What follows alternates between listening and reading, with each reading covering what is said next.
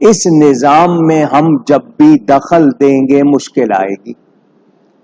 آپ کے لوگ پہاڑ اللہ نے بنائے، آپ پہاڑوں کو کاٹ رہے ہو.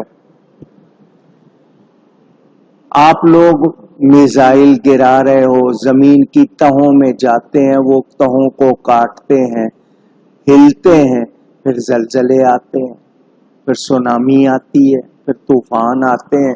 ہم نے بہت فطرت سے لڑائی کر کے اپنے لیے مصیبتیں کر لی. گیسز کتنی ہیں، ہم نے فضا کو کتنا آلودہ کا مطلب بھر دینا، گندگی سے کتنا بھر دیا ہے. یہ ہمارے اپنے. آپ لوگ یہ جتنی گاڑیاں چلاتے ہیں ان سے جو بھی دھواں نکلتا ہے وہ فضا میں سانس کے ذریعے آپ کے پیٹوں میں جا رہا ہے، پھیپھڑوں میں جا رہا ہے، بیماریاں لا رہا ہے.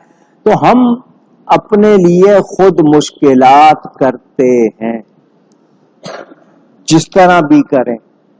ہمارے ہاں اب پاکیزگی کا، ستھرائی کا، صفائی کا وہ حال نہیں. مسلمانوں کے علاقے دیکھیں کچرے سے بھرے ہوتے ہیں، غیروں کے ہاں آپ کو وہ چیز نظر نہیں آتی. انہوں نے سیکھ لی، آپ نے چھوڑ دی.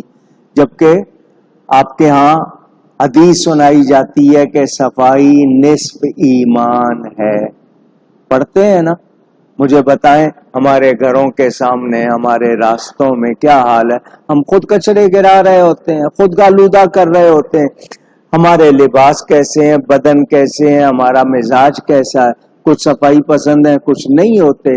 تو ہم نے اپنے لیے مشکلیں کی ہیں.